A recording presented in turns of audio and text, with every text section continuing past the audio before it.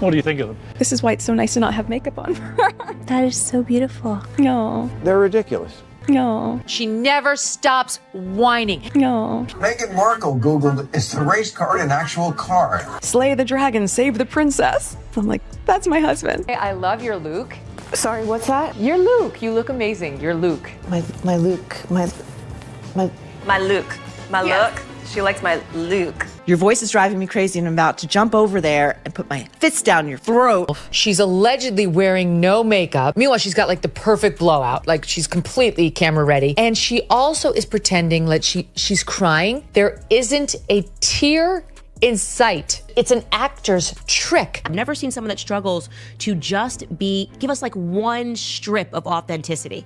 I think the woke have been asleep. Oh my gosh, I work so hard. You're complaining about your hard life and you're so privileged. It's just so weird. It's ridiculous. I'm searching for something to like about her, and it's so hard. Well, if Meghan and Harry can quit their family, you can too. She's selling a no makeup, raw and real moment. But the visuals don't match the claim. The hair is perfectly done, the camera-ready glow is intact, and the tears never actually show up. It reads less like vulnerability and more like performance, the kind where you're told it's authentic because the scene needs you to believe it. And that's the problem. When someone works this hard to prove they're real, it starts to feel like there's nothing real left to find. So the question is simple. Are we watching a Duchess of drama or another round of the victim storyline? Here's an email that I've been keeping for you. I have full body chills right now. This is why it's so nice to not have makeup on. Thank you. Yeah. That is so beautiful. No. Did this teary podcast appearance help her reputation or make the skepticism worse? Because nothing about it lands as spontaneous. Even the host comes off like she's performing supportive best friend for the camera, not interviewing like someone grounded in real-life problems. The whole tone feels disconnected, like two people inside a perfectly lit bubble, trying to package relatability while the outside world rolls its eyes. Amy Kern-Lima, who seems to be even more fake and insufferable than the Duchess. Both of them did come across like they haven't actually, been in touch with maybe someone who's worried about the price of eggs. Very first question, because I think in friendship it's so important. And I think so many people also have this question for you is, Meghan, how are you? And are you okay? That's so kind. Yes, it really is that awful. I may have blacked out from smacking myself in the head. The host's relentless praise is what turns the room uncomfortable. Instead of a conversation, it feels like a ceremony. Admiration on loop. Less interview, more fan meeting. The more she gushes, the less credible the moment becomes, because it starts to sound rehearsed rather than earned. For kids, that's fun, so many good songs, and I've become that mom where I'm like sitting around with friends and I start singing like, Tyrannosaurus, that's the chorus, Tyrannosaurus. I was like, what am I singing? Oh my gosh, I'm singing Storybox. I'm singing Storybox. I am not singing Beyonce. Now zoom out, because this isn't just about one podcast clip. The backlash spreads across the wider story. The internet roasting the most influential branding, the public cringe around recent media appearances, and the growing whisper that the image being sold is bigger than the reality behind it. Even the personal anecdotes don't escape scrutiny, because they still circle back to the same center, her. 40 minutes into the podcast, this little picture, quite a grainy picture, flashed up, which shows a basket of, homemade preserves with a card on it, HRH, Duchess of Sussex, Meghan. You dropped off this gift basket with ice creams, homemade strawberry sauce to put on top of the ice cream. I find it a little bit cringe to give a gift to a close friend and sign it Her Royal Highness. Why even in private? She's using that full title, Her Royal Highness. I would never refer to myself as Her Royal Highness. They won't let me call myself Her Royal Highness anymore, but I'm going to put it all over my stationery and on the gifts that I give to my friends. With deals collapsing and projects underperforming, the patience is thinning. The royal branding starts to look less like legacy and more like leverage. And when the audience stops buying the premise, the title won't save the story. So hard. The moment that everything sells out, it doesn't mean that we're done. It means we're working on replenishment and what are the next SKUs and what's the next tranche of products and what's the timing on that and writing the newsletters and writing the social media captions and making sure that all that feels in line and what's the cadence of it. And in this interview, she really goes on these tangents of talking about how stressful her day is. And when I was listening to it, I was thinking, no, that sounds like a normal day to me, Meghan. The podcast was marketed as stripped down honesty. No makeup, no script, just truth. But what comes through is the opposite, careful staging dressed as confession. It plays like a PR concept built to feel intimate, while controlling every inch of the image. It flopped really hard despite Spotify trying to push it, and they realized that these two don't really want to work, okay? Happened to Spotify. The critics were horrible about With Love, Meghan. You sold inventory that you didn't have on asever.com. People are still waiting for their refund. So when she's trying to sell these kind of, I'm sorry, but crappy, cheap tats to middle America, she needs to have this relatability, and she doesn't have that. Even the dynamic between host and guest doesn't feel organic. It's flattering, protective, polished, more like a scripted tribute than a real interview. And when it's over, the audience isn't left with insight, just the sense that the performance went exactly as planned. Trying to sell herself as this wholesome mother who's baking cookies and making tea for the rest of the family. And this was one of the most every mother out there will understand. She wants us to put together a fruit crudité board for our children in the morning. Now, look, Maureen. I can't. Look at this. I can't. She is doing a cooking show on Netflix. I only watched 5 seconds of it, and I thought she was going to cut her wrist by trying to zest a lemon. This girl has never been in the kitchen in her life. Critics aren't reacting to hard work. They're reacting to the presentation of struggle that doesn't match the reality most people live. The brand push sits right under the surface. Sellouts, momentum, the illusion of demand. It's marketing theater, smoke and mirrors engineered to look like success, even when the foundation is thin. They want it both ways. These people were so mean to us and poor us, and we don't want all this attention. And then let me write a book about how much we don't want attention. When customers are still complaining about orders and refunds, adding more product categories doesn't read as expansion. It reads as desperation. Instead of building trust, it fuels the narrative that the whole operation is a cash grab dressed in lifestyle packaging. Imagine being Archie or Lilibet and opening this inbox of 6,000 emails when you turn 18. No one wants that, not the children. And also it sets this really unrealistic expectation, which Meghan is so good at doing for other parents. if I don't have meetings in the morning, then I try to do school drop off. They're at 2 different schools. So from 6:30 in the morning on drop off mornings for me, I'm not home till 9. Her life is so hard because she has to do school drop-offs, and thank God that she's got a live-in nanny basically raising these 2 children. The pattern people call out is familiar. When things slide, the blame travels outward. The story becomes nonstop self-promotion with no visible accountability, no grit, no honesty, no cost. Which leads to the central question: is this a real person opening up, or another episode in a carefully produced show?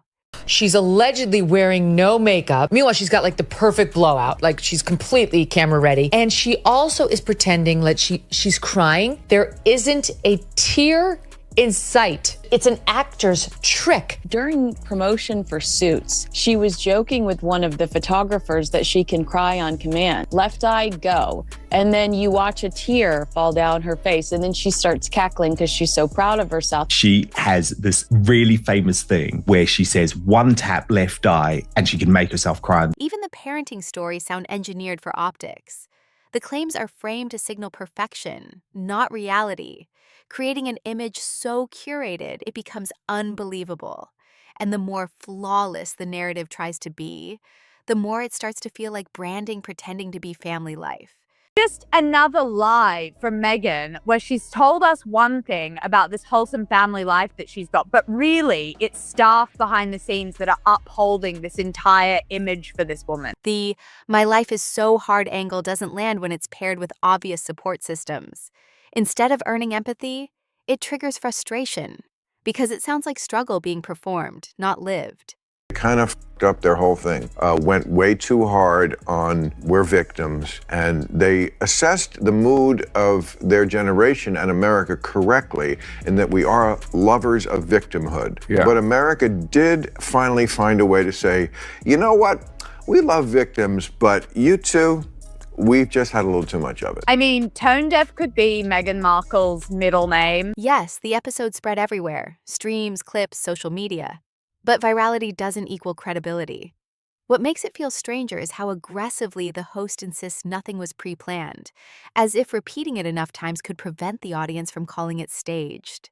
She didn't make the Times list of cool people, but she did get invited there because her agency probably bought her access. This is one of the goofiest things ever. Because I think it speaks to the tiny moments of joy that are so effortless and just create a little bit of magic that we're all craving. What in the hell word salad is this? Tiny little flower petals that are dried. I started putting them on salads. I started putting them on scrambled eggs. Level of charm that you find people have when they see these tiny little dried petals is something I can't fully wrap my head around, but I appreciate. I'm elevating it by putting dried flower petals on all of my... When someone keeps reminding you it's unscripted, it starts to sound like a defense, not a detail.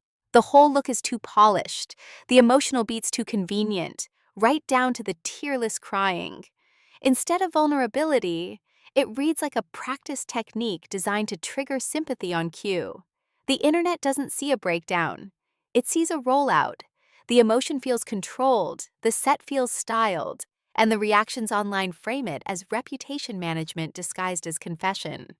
The critics argue the stories loop back to the same place: brand, hardship, image, while behind the scenes, the wholesome life being sold appears propped up by staff and strategy. The result is a growing consensus. This isn't authenticity. It's performance optimized for attention. Married for money. It's very clear she bagged the elephant. She was thrilled she became a, quote, princess. I mean, Meghan did claim that before dating Harry, she never Googled him, and she said she didn't know much about the royal family. It was planned from the beginning. I know someone who knows the ex-husband who said she had a vision board with Prince Harry on it.